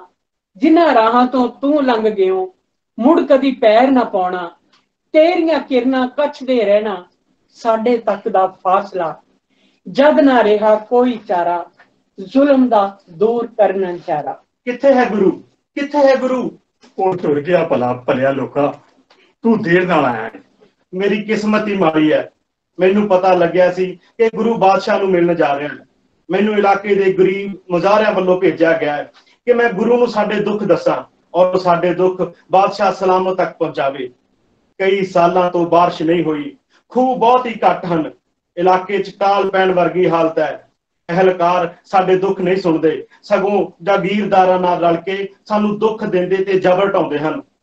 ਪਰ ਇਹ ਸਭ ਕੁਝ ਤੁਹਾਨੂੰ ਦੱਸਣ ਦਾ ਕੀ ਫਾਇਦਾ ਹੈ? ਉਹ ਤਾਂ ਚਲਾ ਗਿਆ। ਮੈਂ ਕਿਹਾ ਬਦਕਿਸਮਤ ਹਾਂ। 20 ਕੋ ਤਾਂ ਮੈਂ ਏਦਾਂ ਮੁਕਾ ਲਏ ਸਨ ਜਿਵੇਂ ਹਵਾ ਦੇ ਘੋੜੇ ਤੇ ਚੜ ਕੇ ਆਇਆ ਹੋਵਾਂ। ਲੇਕਿਨ ਹੁਣ ਪਛਾਂ ਪਰਤਣ ਲਈ ਇੱਕ ਕਦਮ ਪੁੱਟਣਾ ਵੀ ਮੁਹਾਲ ਹੈ। ਤੇਰਾ ਆਉਣਾ ਚੰਗਾ ਹੈ ਭਲਿਆ ਲੋਕਾ। ਤੂੰ ਉਹਨਾਂ ਲੋਕਾਂ ਦੇ ਦੀਦਾਰ ਕਰ ਜਿਨ੍ਹਾਂ ਨੂੰ ਗੁਰਾਂ ਨਾਲ ਗੁਫ਼ਤਗੂ ਕਰਨ ਦਾ ਮੌਕਾ ਹਾਸਲ ਹੋਇਆ ਹੈ। ਤੂੰ ਇਸ ਰਾਹ ਦੀ ਮਿੱਟੀ ਚੁੱਕ ਕੇ ਮੱਥੇ ਨਾਲ ਲਾ ਲੈ, ਕਿਉਂਕਿ ਉਹ ਹੁਣੇ ਹੀ ਇਸ ਰਾਹ ਤੋਂ ਗੁਜ਼ਰਿਆ ਹੈ। ਬਾਕੀ ਰਹੀ ਤੇਰੇ ਦੁੱਖਾਂ ਦੀ ਗੱਲ, ਉਹ ਸਭ ਕੁਝ ਜਾਣਦਾ ਹੈ। ਤੂੰ ਆਪਣੇ ਇਲਾਕੇ ਦੇ ਲੋਕਾਂ ਨੂੰ ਜਾ ਕੇ ਦੱਸ ਦੇ ਕਿ ਉਹ ਜਾਣਦਾ ਹੈ ਲੋਕਾਂ ਦੇ ਕੀ ਜ਼ੁਲਮ ਹੋ ਰਿਹਾ ਹੈ, ਕੀ ਜ਼ਬਰ ਢਾਇਆ ਜਾ ਰਿਹਾ ਹੈ। ਇਸੇ ਲਈ ਉਹ ਬਾਦਸ਼ਾਹ ਕੋਲ ਖੁਦ ਜਾ ਰਿਹਾ ਹੈ। ਕਾਲੀ ਨਗਰੀ ਦੇ ਰਾਜੇ ਨੂੰ ਜਦ ਵੀ ਚਾਨਣ ਦੀ ਸੂ ਆਵੇ, ਝੱਟ ਜਲਾਦਾਂ ਨੂੰ ਸਦਵਾ ਕੇ ਸੂਈਆਂ ਕਿਰਨਾਂ ਕਤਲ ਕਰਾਵੇ। ਤੂੰ ਕਿਹਾ ਸੂਰਜ ਜੋ ਆਪੇ, ਤੂੰ ਚੱਲਿਆ ਏ ਕਤਲਗਾ। ਜਦ ਨਾ ਰਿਹਾ ਕੋਈ ਚਾਰਾ। ਇੱਕ ਦੀ ਅੱਖ ਦਾ ਤਾਰਾ ਟੁਰਿਆ, ਇੱਕ ਦੇ ਸਿਰ ਦਾ ਸਾਈਂ। ਧਰਤੀ ਜੇਡੇ ਜਿਗਰੇ ਸਾਂਭੇ, ਇੱਕ ਨਾ ਹਿੰਜ ਵਗਾਈ। ਨੰਨੇ ਜੇ ਇੱਕ ਪੁੱਤਰ ਟੋਰਿਆ, ਹਸ ਮਕਤਲ ਵੱਲ ਬਾਬਲਾ। ਜਦ ਨਾ ਰਿਹਾ ਕੋਈ ਚਾਰਾ, ਜ਼ੁਲਮ ਦਾ ਦੂਰ ਕਰਨ ਅੰਧਿਆਰਾ। ਧਰ ਕੇ ਸੀਸ ਤਲੀ ਤੇ ਟੁਰਿਆ, ਸੂਰਜ ਲੈ ਕੇ ਕਾਫਲਾ। ਪਰ ਔਰੰਗਜ਼ੇਬ ਸ੍ਰੀ ਗੁਰੂ ਤੇਗ ਬਹਾਦਰ ਸਾਹਿਬ ਨੂੰ ਦਾ ਸਾਹਮਣਾ ਨਾ ਕਰ ਸਕਿਆ। ਇਹ ਮਾਮਲਾ ਆਪਣੇ ਕੇ ਬਹੁਤ ਹੀ ਵਿਸ਼ਵਾਸਯੋਗ ਅਹਿਲਕਾਰ ਨੂੰ ਸੌਂਪ ਕੇ ਖੁਦ ਦਿੱਲੀ ਛੱਡ ਗਿਆ। मैं पहला ही परेशान हाँ, उपरों बादशाह सलामत का हुक्म आ गया है। या खुदा उस पीर नूं मत देख को शाही मजहब कबूल कर लवे। जो बादशाह सलामत मुहम तो वापस आउण तो मैं उन्होंने खुशी भरी खबर सुना सका। पहली बार बादशाह सलामत ने मैनू इन्ना अहम काम सौंपया है। पहली बार मेरे ते इन्ना यकीन किया है और मैं अजे तक कुछ भी नहीं कर सकिया। ये काम तो बादशाह सलामत ने खुद करना चाहिए। आदाब अर्ज़ है हुजूर। ओ कोतवाल, तेरे चेहरे से चमक है, तेरे होठों से मुस्कुराहट है। तू जरूर खुशी भरी खबर सुनाएगा। तू नहीं कह देगा कि उस पीर ने शाही मजहब कबूल कर रहा है और शाही मजहब ने सब तो उच्चे ओहदे लिए हाँ कर दी है। ये सच है तो मैं हुणे ही खुश नवीस को बुला के बादशाह सलामत नूं खुशी की खबर पहुंचवावां। छेती बोल। अजिहा कुछ नहीं होया हुजूर। है ਅਜਿਹਾ ਕੁਝ ਨਹੀਂ ਹੋਇਆ ਤਾਂ ਕੀ ਹੋਇਆ? हजूर, पीर तेग बहादुर ने शाही मजहब से शामिल होने तो साफ इनकार कर देता है। साफ इनकार कर ਦਿੱਤਾ ਹੈ? जी हजूर। ਜਦੋਂ ਉਸਨੇ ਇਨਕਾਰ ਕੀਤਾ ਕਿ ਉਸਦੇ ਚਿਹਰੇ ਵੱਲ ਤੱਕਿਆ ਸੀ? जी हजूर। ਕੀ ਤੂੰ ਮਹਿਸੂਸ ਨਹੀਂ ਕੀਤਾ ਕਿ ਉਸ ਸਮੇਂ ਉਸਦੇ ਚਿਹਰੇ ਤੇ ਕੋਈ ਫਿਕਰ ਦੇ ਨਿਸ਼ਾਨ ਹੋਣ? ਉਸਦੀ ਅੱਖਾਂ ਵਿੱਚ ਤਸੀਹੇ ਜਾਂ ਮੌਤ ਦਾ ਖੌਫ, मतलब कि कोई इस तरह की गल नहीं पापी उसके चेहरे तो? नहीं हजूर, उक्का ही नहीं कि उसनु ज़ाहिरा तौर पे दस दिता गया सी कि जो शाही मजहब कबूल नहीं करेगा तो उसनु मौत मिलेगी? साफ तौर पे दस दिता गया सी हजूर। ये जान के भी उसके चेहरे ते फकीर ते कोई निशान नहीं सी? बिल्कुल नहीं हजूर, सगों वो मुस्कुरा रहा सी। हाँ, और इसलिए तू मुस्कुरा रहा है। जानी कि मैं परेशान हाँ, उधर बादशाह सलामत परेशान हन, और तू जिसका कि इस कारगुजारी विच बड़ा बड़ा हाथ है, तू साडे ते मुस्कुरा रहा है। मैं किसे ते नहीं मुस्कुरा रहा हजूर, ये मुस्कुराहट मेरे वस विच नहीं। की मतलब? गुस्ताखी माफ हजूर, मैं पहली वेर जिंदगी नूं मौत ते मुस्कुराउंदियां तक्या है। मैं अपने हथीं अपनी जिंदगी च बहुत लोकां नूं तसीहे दिते हन, कोया है, लेकिन सारे ही जे गिड़गिड़ाए नहीं तां उन्हां दीयां अखां च मौत दा सहम जरूर तक्या है। पर इत्थे तां काम ही उल्ट है। तां तू जिंदगी नूं मौत ते मुस्कुराउंदियां तक्या है? जी हाँ। ते इसलिए तू मुस्कुरा रहा? जी हाँ, जे मैं सचमुच ही मुस्कुरा रहा था। तेन पता है तू की कह रहा है? मैं अपनी मुस्कुराहट का कारण दस्या है। तेरी मुस्कुराहट मेरी परेशानी विच वाधा कर रही है, और मेरी परेशानी बादशाह सलामत की परेशानी है, क्योंकि मैं उन्हां वालों सौंपिया काम निभा रहा हां। या खुदा, ये किवें हो सकता है कि सल्तनत दा इक अहुदेदार काम नूं निभाउण लई फिक्रमंद होवे, परेशानी चों गुजर रहा होवे, और दूजा उसे काम नूं परेशानी तो कोहां दूर केवल मुस्कुरा रहा होवे? ये नमक हरामी है, एक कुफर है, झूठ है। कसम खुदा दी, मैं अपना काम दीन ईमान नाल निभा रहा हां। जो हुक्म आपने दिता है मैं पूरा कीता है। प्रेतां वाली हवेली तो लैके उस पीर नूं लोहे दे पिंजरे विच कैद रखण तक मैं हर काम सख्ती नाल निभाया है। आप हुण भी जाके मुआयना कर सकते हो कि वो पिंजरे विच किवें दुख जा रहा है, और पहरेदारां दियां नंगियां तलवारां किवें उस दे सिर ते मंडला रहीआं हन। तो नहीं मनदा हजूर, शायद मुफ्ती आजम तशरीफ ले आए हैं। मुफ्ती आजम? ये किवें हो सकता है? हजूर, मेरी खुशनसीबी है कि आपने कदम रख के मेरे गरीब खाने नूं पाक कीता है। आपने मैनूं याद फरमाया हुंदा तो मैं खुद हाजिर हो जाना सी। आपने बहुत तकल्लुफ कीता। तकल्लुफ किसा? मेरा आना बहुत जरूरी सी। फिर बादशाह सलामत की गैर हाजिरी विच आप उन्हां दा काम निभा रहे हो। आपकी जरा निवाजी है, और बादशाह सलामत दी नजर इनायत फरमाइए। हजूर दे मिजाज अच्छे हैं? खुदा का शुक्र है। हाँ फरमाओ, कि उस पीर ने शाही मजहब कबूल कर लिया है? नहीं मेरे आका, अजय नहीं। मैं सुनिया आपने उस पीर नूं शाही मजहब का सब तो उच्चा रुतबा देना मन्निया है। मुआफ करना, बेशक हुकूमत के कामों में दखल अंदाजी मेरा काम नहीं, लेकिन ये सवाल मजहब नाल ताल्लुक रखता है। आपने वजह फरमाया है। आखिर क्यों? मेरे आका, उसका शाही मजहब कबूल करना सियासी तौर पर हुकूमत लिए बहुत जरूरी है। लेकिन इस मसले ते मेरी राय लेनी भी जरूरी सी, क्योंकि मसला मजहब नाल ताल्लुक रखता है। बादशाह सलामत ने तुहानू हुकूमत का काम सपुर्द किया है, मजहबी मामलों में दखल अंदाजी करने का तुहानू कोई हक नहीं। गुस्ताखी माफ हजूर करना बहुत जरूरी सी। यानी कि मुफ्ती आजम तो उच्चा, मतलब कि मेरे तो भी उच्चा रुतबा पेश करना जरूरी सी। जी हजूर। तू जानता है तू की कह रहे हैं? मैं होर बर्दाश्त नहीं कर सकता। बादशाह सलामत को मैं तेरी शिकायत करांगा। गुस्ताखी माफ हजूर, ये सब बादशाह सलामत के हुक्म नाल ही होया है।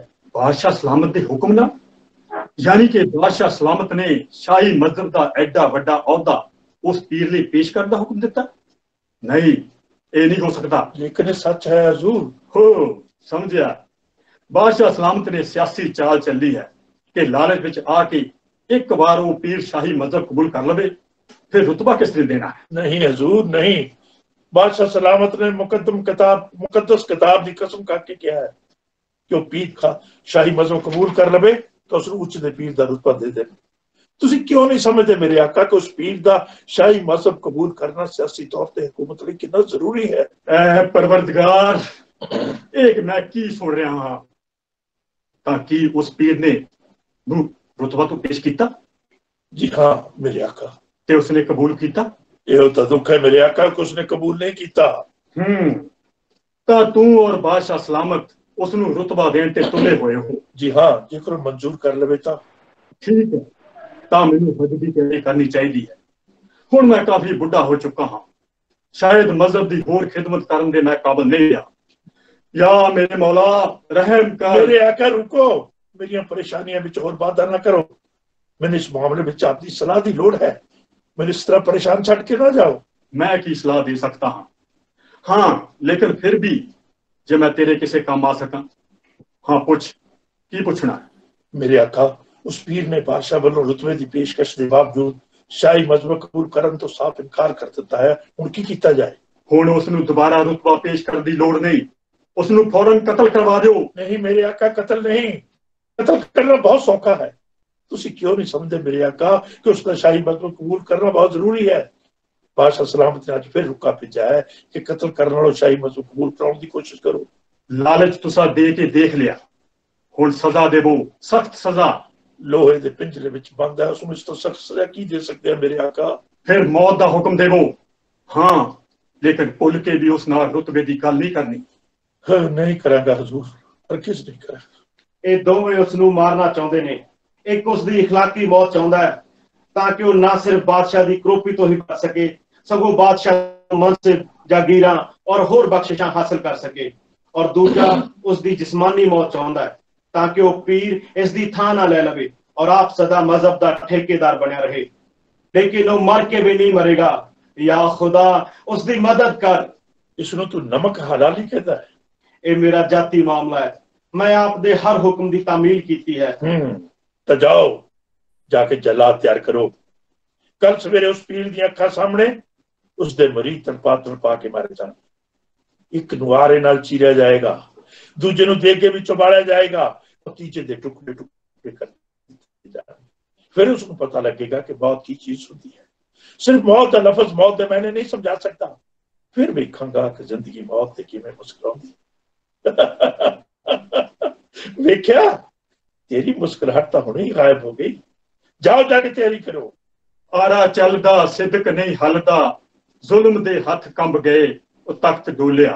ऐसा लहू दा फुहारा चलिया, सारा शहर सूहा हो गया, ताज रंगया। जुल्म सामने सिदक नहीं झुकिया, गलियां च छिड़ी चर्चा, ओ जुल्म सामने। अग भब की ता पानी फिर खोलिया, देगे च सिदक बह गया, नहीं ओ डोलिया। सड़े आम सिदक गया कोया, सहमे लोकी तकदे रहे चूर दे। किसे मां दी अंदर ता मारी, हाय वे तेरा कख न रहे वैरी जालमा। तेरे तख्त ते बिजली कड़के, लीरो लीर ताज हो जाए, पापी रा गया। आरा चलदा सिदक नहीं ओ हलदा, जुल्म दे हाथ कंब गए, तख्त डोलिया। राजकर्ता जमात विच कुछ लोग मनुखता प्रति बड़े ईमानदार होंदे ने, पर चुपचाप काम करते रहते हैं। पर कई बार कुछ इस तरह का अणमनुखी वापर जाता है कि उन्होंने फैसला लेना पै जाता है कि वो गुनाह के हिस्सेदार बन या अलग हो जाए। सुनो कुछ इस तरह का एक किरदार। ओहो, सारी हवेली गा मारी ते हजूर इत्थे तशरीफ फरमाने। बेगम मैं कुछ दिनों तो बहुत परेशान हूं। कि हजूर इस कनीज नूं अपनी परेशानी का राजदार नहीं बनाओगे? मैं जानना चाहांगी मेरे आका, केड़ी परेशानी है जेड़ी मेरे हजूर नूं परेशान कर रही है? बेगम आजकल एक फकीर मेरी हिरासत विच है।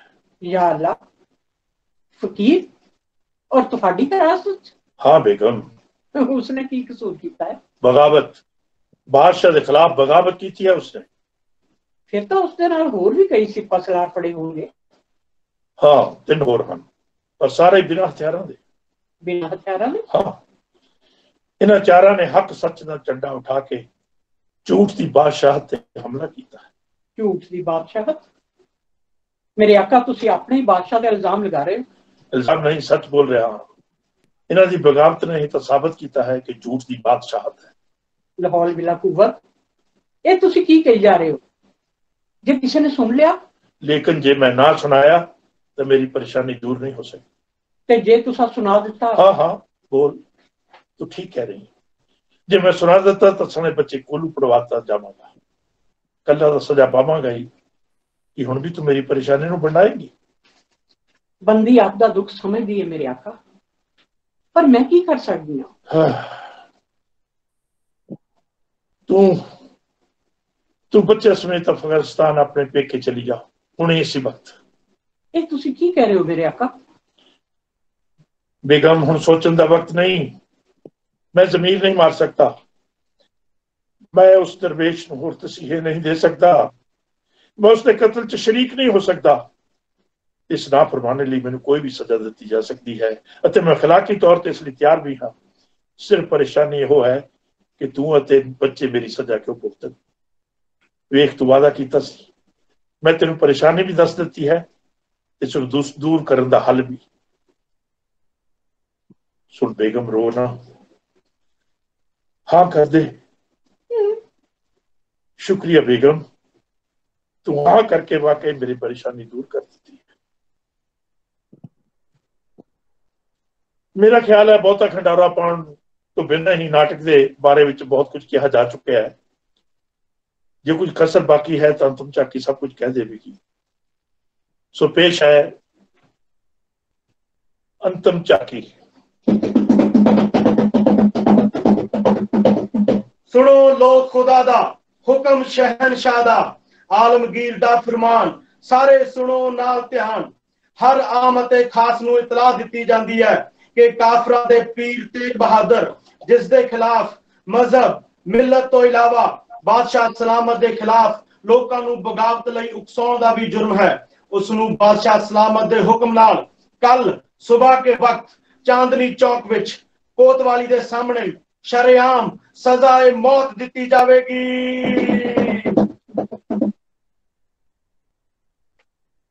मैं तेनू ये नहीं सी कहा कि तू मैनू सारा तमाशा करके बता। हजूर मौके की तफ्तीश करना चाहते हैं। हाँ हाँ, लेकिन मौके की तफ्तीश का मतलब ये नहीं कि तू मैनू ये दिखावे कि उस समय कौन किथे खड़ा सी। मैं सिर्फ ये जानना चाहता हाँ कि कत्ल तो बाद लाश किथे गई। हैरानी की गल नहीं कि चप्पे चप्पे ते शाही प्यादे खड़े हों, अहलकार मौजूद हों और साडा बहादुर कोतवाल मामले की बहसकारी कर रहे होवे ते लाश गायब हो जाए। हजूर कत्ल के फौरन बाद भारी तूफान चलिया सी। मौलाना जी आप छाने हो और आपके कहने का मतलब है कोई लाश उड़ा के ले गया। करामात ही होगी हजूर। करामात कौन मनेगा इस गल कि तुसी बादशाह सलामत के सामने कहोगे कि करामात हो गई? नहीं, तुसी नहीं कह सकते क्योंकि बादशाह सलामत करामाता में यकीन नहीं रखते और तुसी अपने सिर की सलामती चाहोगे। कौन मनेगा इसको? फिर कोतवाल मैं तेन पूछ रहा, तू बोलता क्यों नहीं? हनेरी काली बोली सी, बिल्कुल हनेरा पसर गया सी, कुछ भी दिखाई नहीं सी दिंदा। किसी ने हनेरे दा फायदा उठा के बादशाह सलामत नूं ये सब कुछ दस के यकीन दवा सकता है। बादशाह सलामत तेरे इस कुफर नूं सुनने तैयार होंगे। हनेरी हनेरी हनेरी की बकवास है। कोई मर सकता है कि हनेरी पहरा देने वाले दी अखां मीट देवे और लाश चुकन वाले दी अखां खुलियां रह जाए। ओ मेरे खुदा, मैं बादशाह सलामत मुंह खाण जोगा नहीं रहा। किसकी जुर्त है कोई बाकी दी लाश दिन दिहाड़े अहलकारां और सिपा सलारां दी मौजूदगी में चुक के ले जावे। शरेआम सजा इसलिए दी जाती है कि लोग बादशाह तो उसके कानून तो और उसकी हुकूमत तो डरन और कत्ल तो बाद लाश दे टोटे करके इसलिए शहर के दरवाजे ते लटकाए जाते हैं कि दहशत दा अमल होर तेज होवे। आउंदे जांदे लोग लाश की बदबू सूंघण ताकि उन्होंने तुर अंदर जुर्र दा कीड़ा मर जावे और पुश्तों तक पनप न सके। ओ लेकिन मैं इस जुर्रत का की करा जो कत्ल तो फौरन बाद पैदा हो गई। मैं किसकी लाश से टोटे शहर के दरवाजे ते लटकावा? तेरी दे या अपनी दे? मौलाना जी कि आपको पक्का यकीन है कि जो शख्स कत्ल किया गया वो सी जिसको सजा मिलनी चाहिए सी? हजूर कोतवाल के कहने मुताबिक वही बंदा कत्ल किया गया जो सजा का हकदार सी। आपनु कोई शक है कि खामोश, मैं मौके की तफ्तीश कर रहा हूं। हाँ मौलाना साहब कि पहला तुसी वो बंदा कदी वेख्या सी? देखा सी हजूर, लेकिन मैं तो सजा तो पहला हर शख्स के गुनाह की दुआ करनी ही होती है। कोई सजा का हकदार है या नहीं इस बारे मैनू की पता है हजूर। ओ जल्लाद सैयद अहमद शाह, तू अपनी तलवार नाल जिस बंदे का सिर कट्टिया सी कि वो शख्स जिसनों सजा मिलनी चाहिए सी? हजूर मैनू इस गल का की पता कि उसनू सजा मिलनी चाहिए सी या नहीं। मैं तो हुक्म दा बंदा हाँ, बस हुक्म होया नहीं और सिर तड़ तो जुदा। कोतवाल कोतवाल तू ही दस क्यों बंदा कत्ल किया गया जिसनूं सजा मिलनी चाहिए सी? नहीं। की मतलब ताकि होर शख्स उस थां ते कत्ल कर दिता गया? एक बंदा कत्ल किया गया है, उसनूं सजा मिलनी चाहिए सी या नहीं, ये मैं नहीं कह सकता। मेरी परेशानी तो फायदा उठाने की कोशिश ना कर। मेरे कहने का मतलब साफ है कि की उस शख्स को सजा दी गई जिसनूं काजी अब्दुल उल वहाब बोरा ने कत्ल करने का हुक्म दिता सी? उस दिन हजूर फरमा रहे सन कि बादशाह सलामत का हुक्म है। ओहो, हुक्म किसी का भी होवे, फैसला तो अदालत ही कर दिया ना। बहस मत करो। तू मुकद्दस किताब की कसम खा के बोल कि उस शख्स को कत्ल किया गया जिसनूं काजी अब्दुल उल वहाब बोरा की अदालत ने कत्ल का हुक्म दिता सी? मैं मुकद्दस किताब की कसम खा के कहता हाँ कि जिसनूं कत्ल किया गया है ये ओह शख्स सी जिसनूं काजी अब्दुल उल वहाब बोरा ने मजहब, मिलत और बादशाह सलामत के खिलाफ बगावत उकसाउण के बदले सजा का हुक्म दिता सी। जानी के तेग बहादुर? हाँ, पीर तेग बहादुर। लेकिन इसका कोई सबूत? कि तुहानू अपने ऊपर यकीन नहीं रहा? हर बार तुसी उसनू अपने हथी कत्ल किया है, हर बार तुसी उसनू टोटे टोटे करके शहर के दरवाजों ते लटकाया है, चौराहियां विच गड्ढिया है जां गिरजां कावां कुत्तियां तो तड़वाउण लई सुट दिता गया है। लेकिन फिर भी यह सवाल खड़ा रहा है कि वह कत्ल होया है या नहीं। कि इस वार लाश तो बिना नहीं सार सकते? वह कदी कत्ल नहीं हुंदा, तुसी उसनू कदी कत्ल कर ही नहीं सकते। ओह, हनेरे विच बैठे लोको, तुसां अपनी अखी देखिया, नाले सुनिया साडी जुबानी, सूरज तो है विरले लोको, सूरज दे लभण तो लैके सूरज खोण दी एक कहानी। सूरज कदी कतल नहीं हुंदा, अपने युग दा नूर पछाणो, अपने युग दा नेरा हुंदो, अपने युग दा चानण माणो। सूरज कदे कतल नहीं हुंदा, सूरज कदे कतल नहीं हुंदा। बहुत ਵਧੀਆ ਸੀ। ਇਹ ਲੱਗ ਰਿਹਾ ਸੀ ਜਿਵੇਂ ਅਸੀਂ ਨਾਟਕ ਦੇਖ ਰਹੇ ਹੋਈਏ। ਤੇ ਬਹੁਤ ਵਧੀਆ ਸੀ ਜੀ। ਤੇ ਕਿਸੇ ਦੋਸਤ ਨੇ ਕੋਈ ਦਮਨ ਸਾਹਿਬ ਨੂੰ ਸਵਾਲ ਕਰਨਾ ਹੋਵੇ ਤੇ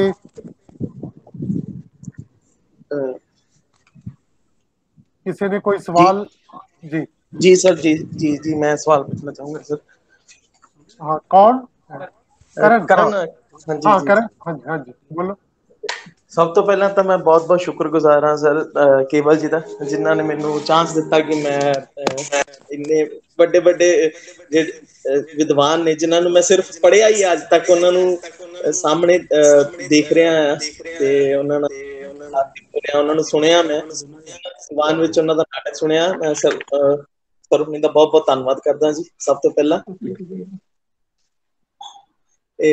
मेरा सवाल सर नूं है, सर ने उन्हीं गल कीती सी कि उन्होंने ये जिहड़ा नाटक लिखिया है बटोल्ड ब्रेथ ते दी थ्योरी नूं लैके लिखिया है, ते मैं सर को जानना चाहूंगा कि सर बटोल्ड ब्रेथ के बारे थोड़ा जिहा सानूं जे होर दस दिओ ते साडे ज्ञान च बहुत वाधा हो सकदा है सर। तो ਉਹਦੇ ਬਾਰੇ ਤੁਸੀਂ ਜਾਨੀ ਕਿਤਾਬਾਂ ਤਾਂ ਹੈ ਨੇ, ਕਿਸ ਤਰ੍ਹਾਂ? ਦਮਨ ਸਾਹਿਬ ਜਰਾ ਥੋੜੇ ਲਫ਼ਜ਼ਾਂ ਵਿੱਚ ਕੋਈ ਬ੍ਰੈਖਟ ਬਾਰੇ ਤੁਸੀਂ ਕਰਨ ਜਾਣਨਾ ਚਾਹੁੰਦਾ ਤੁਹਾਡੇ ਕੋਲੋਂ। हाँ जी, ब्रेख्ट था जी। ब्रेख्ट पहला बहुत सारा जो फिल्मी युग आया तो वो फिल्म नूं नाल जोड़ के नाटक करने शुरू किए, क्योंकि फिल्मां वाल भी लोग अट्रैक्ट होए और उसनूं लग्या कि शायद लोग थिएटर वालों पासे हट जाएंगे। उन्हें जिहड़े पहले नाटक किए ਉਹਦੇ ਵਿੱਚ फिल्मी टैक्नीक ਵਿੱਚ ਪਾਈ, जिस तरह कोई ऑफिस च बैठा है ਉਹਦੇ पिछले पासे समुद्र है, समुद्र ਦੇ ਵਿੱਚ ਇੱਕ शिप भी जा रहा है, तो इस तरह की पिछे फिल्म ते पर्दे के उपर चला के वो इस तरह का भी करता रहा। लेकिन बहुत जल्दी उसनूं महसूस होया कि थिएटर और फिल्म जिहड़े बिल्कुल अलग अलग रस्ते ने, अलग अलग प्रस्तुति है और इन्हों दे अलग अलग ही इन्हों की होंद है। तो उसने सब तो पहला तो यह किया कि हिंदुस्तान की जिहड़ी स्टडी सीगी, हिंदुस्तान का जिहड़ा साडा पहली खुली स्टेज के उपर कम करते सी, जिस तरह कलाकार आर्टिस्ट कम करते सी, उस चीज़ की उसने बाकायदा स्टडी की थी और उस तरीके दे नाल उन्हें सादगी दे नाल स्टेज के उपर अपना काम करना शुरू किया। फिर उसने एक थ्योरी की, बहुत जिहड़ी जबरदस्त थ्योरी सी, वो ये सीगी कि कैथारसिस ना होण दिता जाए, मतलब कि कोई ट्रेजडी ਹੁੰਦੀ ਹੈ, ट्रेजडी दिखाओ, पर ट्रेजडी ਤੋਂ ਬਾਅਦ ਉਹ ट्रेजडी ਨੂੰ देख के ਲੋਕ रो के ਘਰਾਂ ਨੂੰ ਚਲੇ ਨਾ ਜਾਣ। ਜੇ ਲੋਕ ਕੇ ਘਰਾਂ ਨੂੰ ਚਲੇ ਜਾਂਦੇ ਨੇ ਤਾਂ ਇਸ ਦਾ ਮਤਲਬ ਇਹ ਹੈਗਾ ਕਿ ਲੋਕ ਖੁਸ਼ ਹੋ ਕੇ ਚਲੇ ਜਾ ਰਹੇ ਨੇ। ਲੋਕਾਂ ਨੇ ਆਪਣਾ ਦਰਦ ਜਿਹੜਾ ਹੈਗਾ ਉੱਥੇ ਹੀ ਖਤਮ ਕਰ ਦਿੱਤਾ, ਲੋਕਾਂ ਦੇ ਫਿਕਰ ਉੱਥੇ ਹੀ ਖਤਮ ਹੋ ਗਏ, ਲੋਕਾਂ ਦਾ ਅਹਿਸਾਸ ਉੱਥੇ ਹੀ ਖਤਮ ਹੋ ਗਿਆ। ਇਸ ਲਈ ਉਸਨੇ ਕਿਹਾ ਕਿ ਨਹੀਂ, ਜਦੋਂ ट्रेजडी ਪੂਰੀ ਪੀਕ ਤੇ ਪਹੁੰਚ ਜਾਏ ਔਰ ਲੋਕਾਂ ਦੀ ਅੱਖਾਂ 'ਚ ਹੰਝੂ ਆਉਣ ਵਾਲੇ ਹੋਣ ਤਾਂ ਉਸ ਵੇਲੇ ਉੱਥੇ ਜਿਹੜੇ ਐਕਟਰ ਨੇ ਉਹ ਖੜੇ ਹੋ ਕੇ ਉਹ ਐਕਟਰ ਬਣ ਜਾਣ, ਪਾਤਰਾਂ ਦੇ ਵਿੱਚੋਂ ਐਕਟਰ ਬਣ ਜਾਣ ਤੇ ਉੱਥੇ ਨਾਲ ਦੀ ਨਾਲ ਇੱਕ ਗੀਤ ਪਾਇਆ ਜਾਵੇ ਕਿ ਜਿਸ ਤਰ੍ਹਾਂ ਅਸੀਂ ਪਿੱਛੇ ਕੀਤਾ ਕਿ ਸੂਰਜ ਕਦੀ ਕਤਲ ਨਹੀਂ ਹੁੰਦਾ, ਬਸ ਉਹ ट्रेजडी ਲੈ ਕੇ ਲੋਕ ਨਾਲ ਜਾਣ। ਇਹ ਉਹਦੀ ਬਹੁਤ ਇੱਕ ਇਸ ਤਰ੍ਹਾਂ ਦੀ ਜਿਹੜੀ ਟੈਕਨੀਕ ਸੀਗੀ, ਇਹਦੇ ਉੱਤੇ ਉਸਨੇ ਬਹੁਤ ਜ਼ੋਰ ਦਿੱਤਾ। ਔਰ ਬਾਰ-ਬਾਰ ਤੇ ਤੂੰ ਵੀ ਚਲਾ ਦੇ ਯਾਰ, ਇੱਥੇ ਬੰਦ ਹੋ ਗਿਆ। ਹਾਂਜੀ, ਸੋ ਉਹ ਇਸ ਤਰ੍ਹਾਂ ਇਹ ਖਾਸ ਤੌਰ ਤੇ ਇਹ ਉਹਦਾ ਉਹ ਸੀਗਾ। ਦੂਜੀ ਗੱਲ, ਜਿਹੜਾ ਉਹਨੇ ਐਪਿਕ ਥੀਏਟਰ ਦਾ ਸਨਾਤ ਦਿੱਤਾ, ਉਹ ਤੁਹਾਨੂੰ ਮੈਂ ਜਿਵੇਂ ਦੱਸਿਆ ਪਹਿਲਾਂ ਹਿੰਦੁਸਤਾਨ ਤੋਂ ਪ੍ਰਭਾਵਿਤ ਹੋ ਕੇ ਉਸਨੇ ਐਪਿਕ ਥੀਏਟਰ ਦਾ ਦਿੱਤਾ ਸੀ, ਜਿਹਦੇ ਵਿੱਚ ਖੁੱਲੀ ਸਟੇਜ ਹੋਵੇ, ਜ਼ਿਆਦਾ ਬੰਧਨ ਸਟੇਜ ਸੱਜਦਾ ਨਾ ਹੋਵੇ। ਮੈਂ ਤੁਹਾਨੂੰ ਇੱਕ ਇਹ ਦੱਸਦਾ ਕਿ ਜਦੋਂ ਅਮਾਲ ਇੱਥੇ ਉਹਨੇ ਨਾਟਕ ਖੇਡਿਆ ਥਰੀ ਪੈਨੀ ਪੇਰਾ, ਤਾਂ ਸਟੇਜ ਦੇ ਉੱਪਰ ਉਸਨੇ ਕਾਫੀ ਵੱਡਾ ਇੱਕ ਸੈੱਟ ਲਾਤਾ। ਤਲਖਾਜੀ ਸਾਹਿਬ ਉਦੋਂ ਆਏ, ਇੱਕ ਮੇਰਾ ਸ਼ਾਗਿਰਦ ਸੀਗਾ ਰਜਿੰਦਰ ਜਸਪਾਲ, ਜਿਹੜਾ ਵਿਚਾਰਾ ਉਹਦੇ ਨਸੀਰੂ ਨਾਲ ਝਗੜਾ ਹੋਣ ਕਰਕੇ ਉਹਦੇ ਜੀਵਨ 'ਚ ਕੁਛ ਗੜਬੜ ਹੋ ਗਈ, ਸ਼ਾਇਦ ਉਹ ਜਿਉਂਦਾ ਕਿ ਨਹੀਂ, ਉਹਨੂੰ ਜੇਲ੍ਹ ਵੀ ਕੱਟਣੀ ਪਈ। ਉਸਨੇ ਮੈਨੂੰ ਅਲਕਾਜ਼ੀ ਸਾਹਿਬ ਨਾਲ ਮਿਲਾਇਆ ਇਹ ਕਹਿ ਕੇ ਕਿ ਮੇਰਾ ਪਹਿਲਾ ਗੁਰੂ ਹੈ। ਤੇ ਉਹਨਾਂ ਨੇ ਉਸ ਤੋਂ ਬਾਅਦ ਸੈੱਟ ਦੇਖਿਆ, ਸਿਰਫ ਉਹਦਾ ਦੇਖਣ ਆਏ ਸੀਗੇ ਉਹ ਕਿ ਅਮਾਲ ਕੀ ਕੰਮ ਕਰ ਰਹੀ ਹੈ। ਤੇ ਉਹਨਾਂ ਨੇ ਅਮਾਲ ਨੂੰ ਮੇਰੇ ਸਾਹਮਣੇ ਕਿਹਾ ਕਿ ਇਹ ਜਿਹੜਾ ਸੈੱਟ ਹੈ ਨਾ, ਇਹ ਬ੍ਰੈਕਟੀਅਨ ਦੇ ਹਿਸਾਬ ਨਾਲ, ਮੇਰੇ ਹਿਸਾਬ ਨਾਲ ਠੀਕ ਨਹੀਂ ਹੈਗਾ, ਇਹ ਐਡਾ ਵੱਡਾ ਸੈੱਟ ਨਹੀਂ ਲਾਉਣਾ ਚਾਹੀਦਾ ਸੀ। ਸੋ ਮਤਲਬ ਕਹਿੰਦਾ ਕਈ ਲੋਕ ਬ੍ਰੈਕਟ ਦਾ ਸਿੱਖ ਕੇ ਸਿਖਾ ਕੇ ਜਾਂ ਉਹਦੇ ਵਿੱਚ ਨਵੇਂ ਦੇਖੋ, ਕੋਈ ਵੀ ਟੈਕਨੀਕ ਹੈਗੀ ਹੈ ਸਮੇਂ ਦੇ ਨਾਲ ਬਦਲਦੀ ਹੈ, ਉਹਦੇ ਵਿੱਚ ਤਬਦੀਲੀ ਵੀ ਆਉਂਦੀ ਹੈ, ਕਿਉਂਕਿ ਉੱਥੇ ਨਹੀਂ ਖੜੀ ਰਹਿੰਦੀ ਕੋਈ ਟੈਕਨੀਕ। ਐਵੋਲੂਸ਼ਨ ਇਸੇ ਚੀਜ਼ ਦਾ ਨਾਮ ਹੈ। ਸੋ ਚੇਂਜਸ ਵੀ ਆਉਂਦੀਆਂ, ਲੇਕਿਨ ਬੇਸਿਕਲੀ ਜਿਹੜੀ ਸਭ ਤੋਂ ਵੱਡਾ ਮੈਂ ਬ੍ਰੈਕਟ ਨੂੰ ਸਭ ਤੋਂ ਵੱਡੀ ਜਿਹੜੀ ਗੱਲ ਮੰਨਦਾ ਉਹ ਹੈਗਾ ਕਿ ਉਹ ਨਾਟਕਾਂ ਲਈ ਵੀ ਹੈ ਕਿ ਇਸ ਤਰ੍ਹਾਂ ਨਾਟਕ ਲਿਖੇ ਜਾਣ ਕਿ ਨਾਟਕ ਦਾ ਕਥਾਰਸਿਸ ਨਾ ਹੋ ਸਕੇ, ਨਾਟਕ ਦੀ ਹੂਕ, ਨਾਟਕ ਦੀ ਗੱਲ, ਨਾਟਕ ਦਾ ਸੰਦੇਸ਼ਾ ਲੈ ਕੇ ਘਰੇ ਪਹੁੰਚਣ। ਇਹ ਬ੍ਰੈਕਟ ਤੋਂ ਸਿੱਖਣ ਵਾਲੀ ਗੱਲ ਹੈ, ਨਾਟਕਕਾਰਾਂ ਲਈ ਵੀ ਔਰ ਖੇਡਣ ਵਾਲਿਆਂ ਲਈ। ਬਿਲਕੁਲ, ਇਹ ਇਸੇ ਸ਼ੈਲੀ ਵਿੱਚ ਦਮਨ ਸਾਹਿਬ ਨੇ ਲਿਖਿਆ ਤੇ ਇਹ ਪ੍ਰਵਾਨ ਵੀ ਚੜਿਆ। ਔਰ ਇਹ ਕਿਉਂਕਿ ਇਹ ਜਿਹੜੀ ਲੜੀ ਅਸੀਂ ਹੁਣ ਸ਼ੁਰੂ ਕੀਤੀ, ਪਹਿਲੇ 10 ਦਿਨ ਅਸੀਂ ਆਪਣੇ ਜਿਹੜੇ ਬਹੁਤ ਸਾਰੇ ਕਲਾਕਾਰਾਂ ਕੋਲੋਂ ਉਹਨਾਂ ਦੀ ਜਿਗਿਆਸਾ, ਉਹਨਾਂ ਦੇ ਕੰਮ ਬਾਰੇ ਜਾਣਦੇ ਪਏ ਸੀਗੇ। ਹੁਣ ਅਸੀਂ ਇਸ ਲੜੀ ਦੇ ਤਹਿਤ ਜਿਹੜੇ ਸ਼੍ਰੀ ਗੁਰੂ ਤੇਗ ਬਹਾਦਰ ਜੀ ਬਾਰੇ ਅਸੀਂ 6 ਤਰੀਕ ਨੂੰ ਜਿਹੜਾ ਸਾਡਾ ਵਾਰ ਗਾਇਨ ਹੈ ਗੁਰੂ ਤੇਗ ਬਹਾਦਰ ਜੀ ਬਾਰੇ, ਅਸੀਂ ਉਹ ਵੀ ਇੱਕ ਸੁਣਾਂਗੇ, ਵੀ ਉਹਦੇ ਬਾਰੇ ਗੱਲ ਵੀ ਕਰਾਂਗੇ। ਔਰ ਇਸੇ ਤਰ੍ਹਾਂ ਇਸੇ ਲੜੀ ਦੇ ਵਿੱਚ ਹੋਰ ਵੀ ਬਹੁਤ ਸਾਰੇ ਨਾਟਕ ਹੈ। ਡਾਕਟਰ ਹਰਚੰਦ ਸਿੰਘ ਹੋਰਾਂ ਦਾ ਨਾਟਕ ਹਿੰਦ ਦੀ ਚਾਦਰ, ਜਿਹੜਾ ਕਿ ਹਰਪਾਲ ਟਿਵਾਣਾ ਹੋਰਾਂ ਨੇ ਕੀਤਾ ਸੀ, ਔਰ ਮੈਨੂੰ ਯਾਦ ਹੈ ਉਹਦੇ ਵਿੱਚ ਸ਼ਾਇਦ ਸਰੀਨ ਸਾਹਿਬ ਨੇ ਵੀ ਕੰਮ ਕੀਤਾ ਸੀ ਉਦੋਂ। ਤੇ ਉਹ ਨਾਟਕ ਦੀ ਗੱਲ ਵੀ ਜਿਹੜੀ ਹੈ ਉਹ ਇੱਕ ਦਿਨ ਇੱਥੇ ਅਸੀਂ ਕਰਾਂਗੇ। ਇੱਕ ਦਿਨ ਮੱਖਣ ਸ਼ਾਹ ਨਾਟਕ ਡਾਕਟਰ ਸਾਹਿਬ ਸਿੰਘ ਹੋਰੀ ਉਹਦੇ ਬਾਰੇ ਗੱਲ ਵੀ ਕਰਨਗੇ, ਉਹਦੇ ਇਸੇ ਤਰ੍ਹਾਂ ਕੁਝ ਸੀਨ ਪੜ੍ਹੇ ਵੀ ਜਾਣਗੇ। ਔਰ ਕੁਝ ਹੋਰ ਵੀ ਅਸੀਂ ਸ਼ਹਾਦਤਾਂ ਦੇ ਗੀਤ ਜਿਹੜੇ ਹੈ, ਸ਼ਹਾਦਤਾਂ ਦੇ ਬੜੇ ਰੰਗ ਨੇ ਜੇ ਗੁਰੂ ਤੇਗ ਬਹਾਦਰ ਜੀ ਵਾਂਗੂ, ਸੋ ਉਹਨਾਂ ਰੰਗਾਂ ਦੀ ਗੱਲ ਵੀ ਅਸੀਂ ਜਿਹੜੇ ਆ, ਔਰ ਲੋਕ ਰੰਗਾਂ ਦੇ ਵਿੱਚ ਗੁਰੂ ਤੇਗ ਬਹਾਦਰ ਜੀ, ਲੋਕ ਸ਼ੈਲੀ ਦੇ ਵਿੱਚ ਗੁਰੂ ਤੇਗ ਬਹਾਦਰ ਜੀ ਕਿਵੇਂ ਸਮਾਏ ਹੋਏ ਨੇ, ਉਹਦੇ ਬਾਰੇ ਵੀ ਅਸੀਂ ਜਿਹੜੇ ਆ ਇਹਨਾਂ ਪ੍ਰੋਗਰਾਮਾਂ ਦੇ ਤਹਿਤ, ਇਸ ਲੜੀ ਦੇ ਤਹਿਤ ਕਰਾਂਗੇ। ਸੋ ਮੈਂ ਇੱਕ ਵਾਰ ਫਿਰ ਤੁਹਾਡਾ ਸਾਰਿਆਂ ਦਾ ਪੰਜਾਬ ਸੰਗੀਤ ਨਾਟਕ ਅਕੈਡਮੀ ਵੱਲੋਂ, ਪੰਜਾਬ ਸਰਕਾਰ ਵੱਲੋਂ ਤੁਹਾਡਾ ਸ਼ੁਕਰੀਆ ਅਦਾ ਕਰਦਾ ਵਾਂ ਕਿ ਤੁਸੀਂ ਇਸ ਤਰ੍ਹਾਂ ਸਾਡੇ ਨਾਲ ਜੁੜੇ ਹੋ। ਔਰ ਦਮਨ ਸਾਹਿਬ ਦਾ, ਉਹਨਾਂ ਦੀ ਸਮੁੱਚੀ ਟੀਮ ਦਾ, ਜਿਨ੍ਹਾਂ ਨੇ ਇੰਨੀ ਖੂਬਸੂਰਤੀ ਦੇ ਨਾਲ, ਇੰਨੇ ਬਿਹਤਰੀਨ ਤਰੀਕੇ ਦੇ ਨਾਲ ਸਾਨੂੰ ਨਾਟਕ ਜਿਹੜਾ ਉਹਦੇ ਬਾਰੇ ਸਿਰਫ ਦੱਸਿਆ ਹੀ ਨਹੀਂ ਬਲਕਿ ਸੁਣਾਇਆ ਹੀ ਨਹੀਂ, ਇੰਝ ਲੱਗ ਰਿਹਾ ਸੀ ਨਾਟਕ ਅਸੀਂ ਦੇਖ ਹੀ ਰਹੇ ਸੀ, ਕਿਉਂਕਿ ਉਹਦੇ ਕਲਾਕਾਰਾਂ ਦੇ ਉਹੀ ਭਾਵ, ਉਹੀ ਜਿਹੜਾ ਸੁਨੇਹਾ ਜਿਹੜਾ ਸਾਨੂੰ ਸਮਝ ਆ ਰਿਹਾ ਸੀਗਾ ਨਾਟਕ ਦੇ ਰਾਹੀਂ। ਸੋ ਬਹੁਤ ਸ਼ੁਕਰੀਆ ਦੋਸਤੋ, ਤੇ ਅਸੀਂ ਅਗਲੀ ਲੜੀ ਦੇ ਤਹਿਤ ਜਿਹੜੇ 6 ਤਰੀਕ ਨੂੰ ਮਿਲਾਂਗੇ। ਔਰ ਇਸ ਤਰ੍ਹਾਂ ਦੇ ਕੰਮ ਮੇਰੇ ਖਿਆਲ ਹੈ ਕਿ ਸ਼ਾਇਦ ਕੁਦਰਤ ਨੇ ਸਾਨੂੰ ਇਹ ਸਮਾਂ ਦਿੱਤਾ ਹੈ ਕਿ ਅਸੀਂ ਇੱਕ ਦੂਜੇ ਦੇ ਕੰਮ ਦੇ ਬਾਰੇ 'ਚ, ਇੱਕ ਦੂਜੇ ਦੇ ਸੰਘਰਸ਼ ਦੇ ਬਾਰੇ 'ਚ ਅਸੀਂ ਜਾਣ ਸਕੀਏ।